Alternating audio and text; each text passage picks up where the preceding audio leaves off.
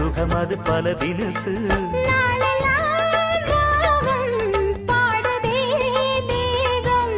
வாழ்வெல்லாம் யோகம் வாழ்த்துதே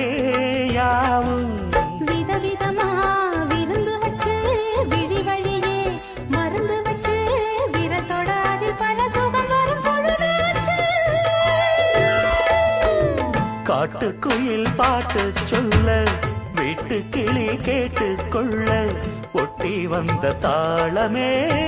கொட்டும் கெட்டி மேளமே தொட்டணைக்க வேணுமே பட்டு கிளி நாணுமே